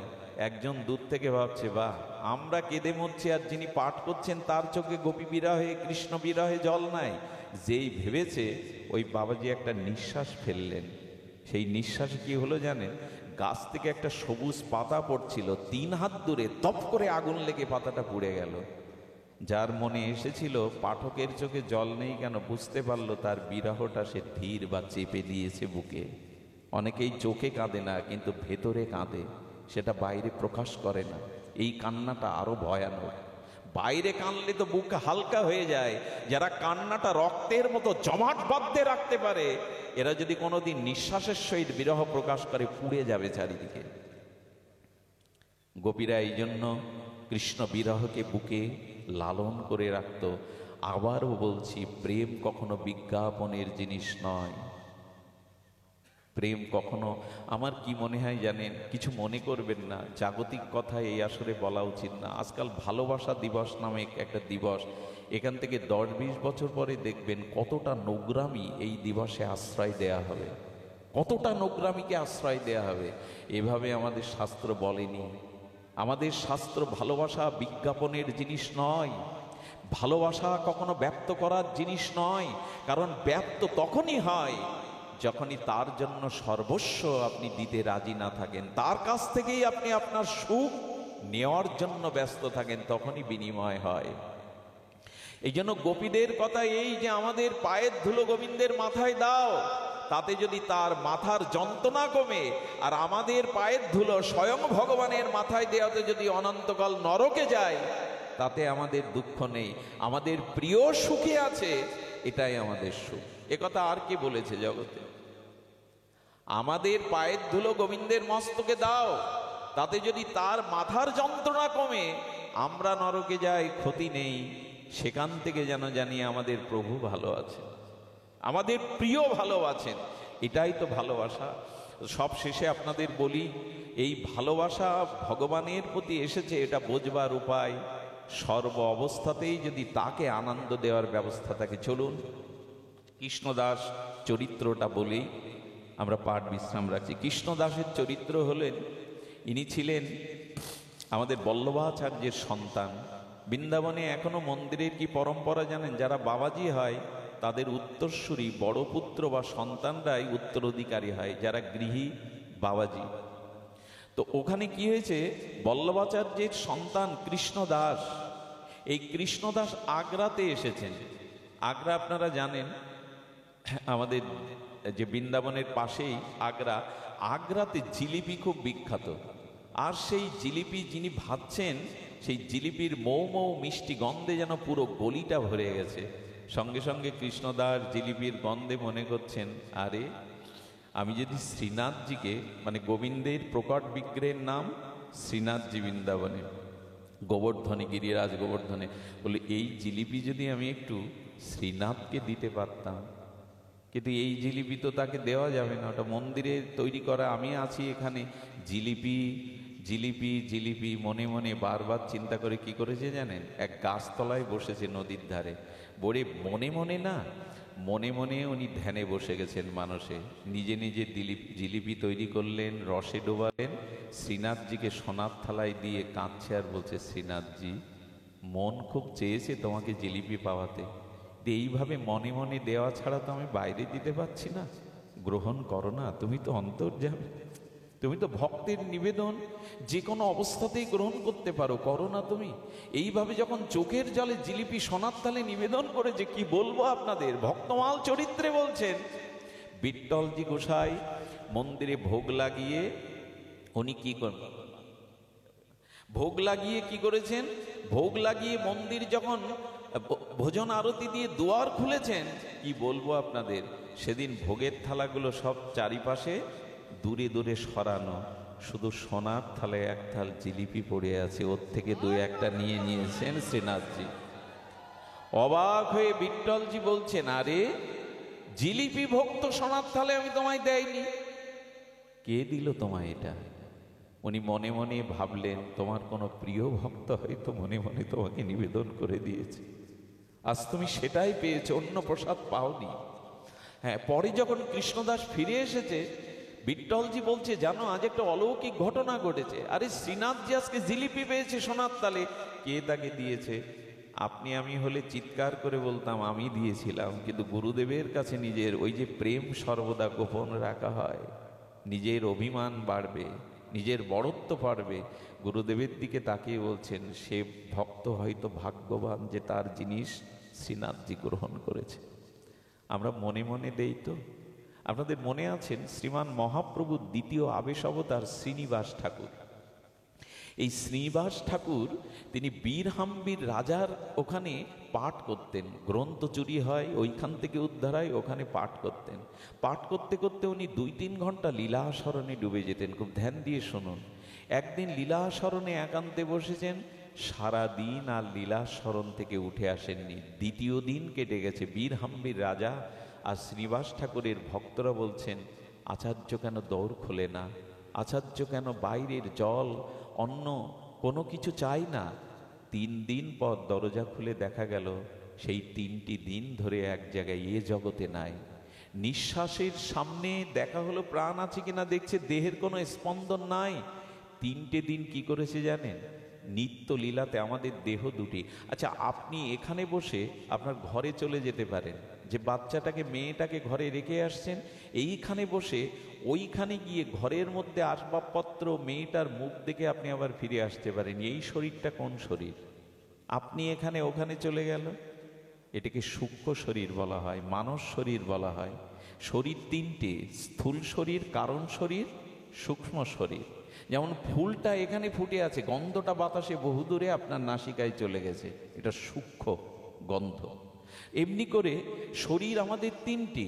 উনি এই যে জৈব শরীরকে ত্যাগ করে গুরুদেবের দেওয়া সেই মঞ্জুরি স্বরূপে উনি 3 দিন কোথায় হারিয়ে গেছেন জানেন? বৃন্দাবনে যমুনাতে জলকেলি করছিলেন রাধারানী। স্নান করতে গিয়ে রাধারানীর নাকে নথটা পড়ে গেছে, আর উনি রাধারানীর সখী মঞ্জুরি রূপে ওই রাধারানীর নথটা খুঁজছেন আজ 3 দিন ধরে।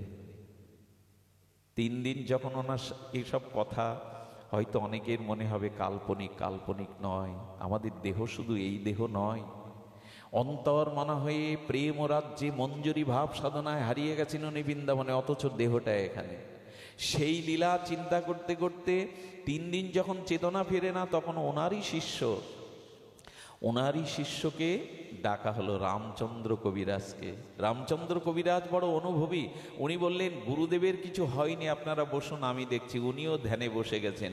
উনিও বৃন্দাবনে রাধারানীর সখী মঞ্জুরি, ওই মঞ্জুরি স্বরূপে উনি ওনার ওই মঞ্জুরির পেছনে পেছনে গিয়ে 3 দিন বাদে একটা পদ্ম ফুলের পাতার উপরে রাধারানীর নথকানা পেয়ে রাধারানীকে যেই দিয়েছে, রাধারানী আনন্দে জড়িয়ে ধরে বলছেন, সখী মঞ্জুরি, তুমি আমার রথ খুঁজে পেয়েছো। এই নথ আমার কাছে বড় প্রিয়। তবে তুমি যখন দিয়েছো, রাধারানীর গালে তাম্বুল ছিল, সেই চিবানো প্রসাদী অধরামৃত তাম্বুল ওকে কিছু দিয়েছে। ওটা আসলে বেঁধে নিয়ে পরমানন্দে তখন ধ্যান খুলেছে। যেই ধ্যান খুলেছে কি বলবো, চারিদিকে একটা দিব্য অপার্থিব গন্ধ চারিদিকে ভরে গেছে। সব হচ্ছে এই গন্ধ কোথা থেকে এলো? তখনই শ্রীনিবাস আচার্য আসল থেকে সেই রাধারানীর চর্বিত তাম্বুল পানটা সবাইকে এক বিন্দু বিন্দু দিল। কি বলবো আপনাদের, ওটা যেই মুখে দিল, সব প্রেমে আপ্লুত হয়ে কেউ গড়ায়, কেউ কাঁদে, কেউ প্রেমাবিষ্ট হয়ে যায়। বুঝলেন উনি 3টে দিন ওখানেই লীলায় ওই নথ অন্বেষণে ছিলেন। এগুলো হয় ভজন করতে করতে ভক্তদের এরকম একটা দশা হয়, দেহটা এখানে কিন্তু চলে যায় নিত্যধামে, চলে যায় নিত্য সেবায়। এই কথাগুলো আমরা সবাইকে বোঝাতে পারবো না। বিশেষ গুরুকৃপা না হলে, বিশেষ ভজন জগতে প্রবেশ না হলে আমরা এটা উপলব্ধি করতে পারবো না। তো তেমনি সোনার থালায় জিলিপি নিয়েছেন। আর একদিন কি ঘটনা ঘটেছে জানেন? আহা, কি অদ্ভুত ঘটনা! কৃষ্ণদাস এমনি করে যা কিছু দেখে তা তার প্রিয় শ্রীনাথজিকে দেওয়ার জন্য বড় ব্যস্ত। উনি পদ লিখে কীর্তন করে শোনাতেন, পদ রচনা করতেন, নিজে সুর করতেন, শোনাতেন। আর ঠিক একই সময় শ্রীনাথজির সেবায় আর একজন সুরদাস, অন্ধ সুরদাস, সেও অভূতপূর্ব শ্রীনাথজির পদ রচনা করে আনন্দ দিতে। একটা জিনিস বলি, ভগবান সব থেকে আনন্দ পায় সঙ্গীতে। সঙ্গীত দেখবেন, যে কোনো সাধকের জীবনে সঙ্গীত থাকতেই হবে। সঙ্গীতে যতটা ভগবান আনন্দ পান, আহ্লাদিত হন, অন্য কিছুতে হন না। এই জন্য আমাদের ভারতীয় এই সনাতন ধর্মের সাধনার একটা অংশই হলো সঙ্গীত। সংকীর্তন ধর্ম কেন জানেন? সংকীর্তনে ভগবানকে পরম আনন্দ দেওয়া যায়। সুরের দ্বারা যতটা ভগবানকে বশীভূত করা যায়, অন্য কিছুতে। মীরাবাই কি করে পেল গো? তার গিরিধারী লালাকে ভজনের দ্বারাই পেল। আজকে মা জগৎজননী আদ্যাশক্তি দেবী ভাগবতী রামপ্রসাদের বেড়া বেঁধে দিতে আসছেন তোর মুখে ভজন শুনবো বলে। জগৎজননী বেড়ার দড়ি ফিরিয়ে দিচ্ছেন, একটা ভজন শোনাও। আমাদের ধর্মের উপাসনাটা সংকীর্তনাঙ্গ সাধন, এই জন্য সংকীর্তন করে দুইজন শোনাতেন। একদিন সুরদাস বলছে, কৃষ্ণদাস তুমিও শোনাও শ্রীনাথজিকে, আমিও শোনাও, কিন্তু তোমার প্রতিটা পদে আমার নকল করা। আরে আমি যা লিখে শোনাই তোমার পদের মধ্যে তার আভাস থাকে। কৃষ্ণদাস বলছেন তা হয়তো থাকে, বলে তাহলে আলাদা করে রচনা করে শোনাও, তাহলে বুঝবো তুমি পদ রচনা করে শ্রীনাথজিকে আনন্দ দিতে পারো। যে পদই লেখেন দেখবেন আজকের বিশ্বে যে যত কবিতা লিখুক ওই সেই পুরাতন কবিদের কোনো না কোনো ছায়া তার মধ্যে থাকবেই। রবীন্দ্রনাথ কিছু বাদ দিয়ে যায়নি, নজরুল কিছু বাদ দিয়ে যায়নি, ওই কবিদের কোনো আভাস কল্পনা আপনার আমার লেখার মধ্যে আসবেই। ঠিক তেমনি কৃষ্ণদাস সুরদাসের পদের আভাস এসে যেত। একদিন পদ রচনা করেছে, করে শোনালে বলতে এই দেখো আমার পদেও এটা লেখা। সেদিন শ্রীনাথজিকে কাঁদতে কাঁদতে বলছেন আমি ওর কাছে হেরে যাব, আমিও তো তোমায় ভজন শোনাই, আমি হেরে যাব। এই কাঁদতে কাঁদতে যখন ঘুমিয়েছে শ্রীনাথজি কি করেছে জানেন? নিজে এসে খাতা কলম বের করে নিজেই একটা পদ রচনা করেছে। ভক্ত কষ্ট পাচ্ছে, ওর নিজের পদের মধ্যে সব পদের ছায়া সুরদাসের, নিজে পদ রচনা করে ঘুম থেকে উঠেই দেখে সামনে খাতা। এ যেন জয়দেবের গীত গোবিন্দ। গোবিন্দ এসে নিজেই জয়দেবের রূপ ধরে লিখে গিয়েছিলেন সারা খারমণ্ডলাং দেহি পদপল্লবদারাম। যেন এই সেই পদ। যখন ওটা পেলেন প্রমানন্দে উদ্ভাসিত হয়ে আনন্দে শ্রীনাথজি এসে সুরদাসকে বলছে, সুরদাস এই দেখো আজ আমি আমার স্বাতন্ত্র পদ গিয়ে শোনাচ্ছি। যেই না সুরারোপ করে পদ গাইছে, সুরদার হাত জোর করে বললেন সত্য করে বলো এই পদ তোমার লেখা হতে পারে না, সত্য করে বলো এই পদ কোথায় পেয়েছো। তখনই সুরদাস হাত ধরে বললেন জানো আমার ভেতরে কিছুটা ব্যথা এসেছিল, আমি ঘুমিয়ে পড়লে শ্রীনাথজি এই পদ স্বয়ং লিখে দিয়ে গেছে। শ্রীনাথজি এই পদ স্বয়ং লিখে দিয়ে গেছে। গোবিন্দকে আনন্দ দেওয়ার জন্য ভগবানও তার ব্যথাকে মেনে নিতে পারেন না। ছোট্ট একটি লীলা, এই সুরদার বাজার দিয়ে যেতে গিয়ে দেখে এক নর্তকী অপূর্ব ভঙ্গিমায় শিল্পকলায় নৃত্য করছেন। আচ্ছা, বাইজির নৃত্য দেখে, এভাবে বাজারের একটা বাইজির নৃত্য দেখে সুরদাস দাঁড়িয়ে গেছে, কৃষ্ণদাস দাঁড়িয়ে গেছে। কেন জানেন? দেখুন এই হলো প্রেম ভক্তি। আপনার ভিতরে ভগবত ভক্তি আছে কিনা এটাই নমুনা। যা কিছু সুন্দর, যা কিছু আনন্দময় দেখলেই মনে হবে এটা যদি আমার প্রিয় পরমকে এই আনন্দটার ভাগ দিতে পারতাম। এটাই হলো প্রেম ভক্তির রীতি।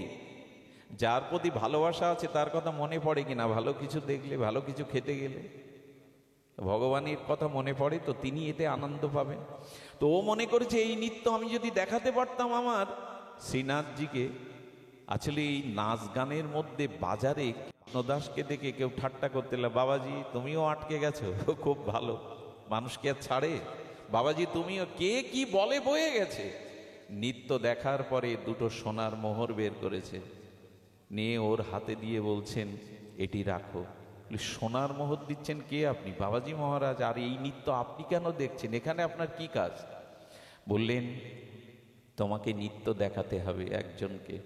বললেন সে ধনী না হলে আমি নৃত্য দেখাবো না। বলে তার থেকে ধনী এই পৃথিবীতে কেউ নাই, এই দুটো স্বর্ণ মুদ্রা রাখো, আমার সাথে চলো। বললেন ঠিক আছে চলুন। উনি পিছনে পিছনে যাচ্ছেন, গিরিরাজ গোবর্ধনের তীর দিয়ে যখন আশ্রমে নিয়ে যাচ্ছেন, ব্রজের সাধুরাও ভুল বুঝলো কৃষ্ণদাসকে। শেষ পর্যন্ত বাইজির সঙ্গ, শেষ পর্যন্ত নর্তকীও আনছে শ্রীনাথজির মন্দিরে। হলোটা কি কৃষ্ণদাসের? মাথা খারাপ হয়ে গেল। সবাই ছিচা করছে, নিন্দা করছে, কিন্তু অন্তরের কথা কে বুঝবে? কি করলো জানেন? খুব ধ্যান দিয়ে শুনুন। ওখানে গিয়ে বললে যমুনায় স্নান করো। যমুনায় স্নান করার পরে কি করলেন জানেন? শ্রীনাথজির প্রসাদী একটা কাপড় দিলেন, এটা পরো। শ্রীনাথজির অলংকার দিলেন, এটা পরো। এইগুলো পরার পরে বলছেন কাকে নাচ দেখাবো? কাকে নাচ দেখার জন্য এনেছেন? মন্দিরের দুয়ার খুলে শ্রীনাথজির দিকে তাকিয়ে বলছেন আমার এই বান্ধবকেই তোমার নাচ দেখাতে হবে। সঙ্গে সঙ্গে বললেন আপনি কি উন্মাদ? আপনি কি আমাকে পাগল পেয়েছেন? আমি একটা মূর্তিকে নাচ দেখাবো। যেই বলেছেন মূর্তিকে নাচ দেখাবো, বললেন তোমার অনন্ত কোটি জন্মের সৌভাগ্য, আজকে যার বস্ত্র পরেছো, যার অলংকার পরেছো, এটা দেব দেবীরাও সহজে পায় না। কাকে নৃত্য দেখিয়েছো, হাত পা বেঁকিয়ে কাকে আনন্দ দিয়েছো? একে যদি আনন্দ দিতে পারো, তোমার আনন্দ আর কোনোদিন কম পড়বে না। যেই বলেছে শ্রীনাথজির মুখের দিকে যেই হাসি দেখেছে, সঙ্গে সঙ্গে বললেন হ্যাঁ, ওনার মুখবদন বলছেন আমার নৃত্য উনি দেখতে চান। আচ্ছা, একটা বাজারে নর্তকী এখানে নৃত্য করে আজ প্রেম পেল শ্রীনাথজির চরণে, ওই নৃত্য করতে করতে শ্রীনাথজি হেসেছিলেন এবং ওই নর্তকী সারা জীবনের জন্য আর কোথাও নাচেননি, ওইখানেই শ্রীনাথজিকে তিনি নৃত্য দেখিয়ে ভজন করে গেছেন। আমার কি মনে হয় জানেন, একজন বাজারের পতিতাই কৃপা পেল কেন জানেন? ভগবানের কৃপা না, এটা কৃষ্ণদাসের কৃপা, ভক্তের কৃপা। কোন ভক্ত যদি কারো প্রতি কৃপা করে দেয়, ভগবান তাকে স্বীকার করে নিতে বাধ্য হন। কোন ভক্ত যদি কারো প্রতি কৃপা করে, সাধু কৃপা এই জন্যই, কৃষ্ণদাস এই বাজারের নর্তকীকেও দেখে মনে হয়েছে এই নাচ যদি আমি আমার শ্রীনাথজিকে দেখাতে পারতাম। এই যে কৃপা হলো নর্তকীর ওপরে, এই কৃপাতেই শ্রীনাথজি তাকে গ্রহণ করে নিলেন। এই জন্য প্রার্থনা করবেন, প্রভু তোমার কৃপা পায় আর না পায়, তোমার ভক্তের কৃপা যেন পায়। এ চলার পথে কোনো শুদ্ধ সাধুগুরু বৈষ্ণবের কৃপা যেন পাই। তোমার কৃপা আমি না পাই ক্ষতি নেই, তোমার ভক্ত কৃপা পেলেই তুমি আমাকে গ্রহণ করবে। ভক্ত কৃপা যদি হয় তবেই ভগবান তাকে গ্রহণ করবে। কৃষ্ণদাস চরিত্রে এই নর্তকীও কৃপা পেয়ে গেল। তা আপনাদের কাছে অনুরোধ করছি, ওর নাম কি যেন বলছিলেন, যে বাচ্চাটার কথা, সার্থকের জন্য ওর পিতা মাতা আজ আপনাদের চরণধূলি প্রার্থনা করেছেন। আমার কি মনে হয় জানেন, ভক্তের চোখের জল যদি গোবিন্দ চরণে এক বিন্দু নিবেদিত প্রার্থনা হয়, ভগবান সে প্রার্থনা উপেক্ষা করতে পারেন না। আজ এত একটা বড় অনুষ্ঠানের সাধুগুরু চরণধূলির প্রার্থনা করেছেন হৃদয় থেকে। আপনারা সকলে হাত উঁচু করে একটু গোবিন্দের কাছে প্রার্থনা করুন, যেন তার মনোবাঞ্ছা ভগবান পূর্ণ করেন, ভগবান যেন তাদের প্রতি কৃপা বর্ষণ করেন। সুধীজন, আপনাদের এই মঙ্গলময় উপস্থিতিকে বারংবার প্রণাম করে, আপনাদের চরণধূলিকে মাথায় প্রার্থনা করে আজকের মতো হরিকথার এখানেই বিশ্রাম। মহাপ্রভুর কৃপা হলে আবারও কখনো আপনাদের দুয়ারে এমনি করে হরিকথার আস্বাদনের ইচ্ছা রইল। জয় নিতাই গৌর প্রেমানন্দে হরিবল। জয় রাধে।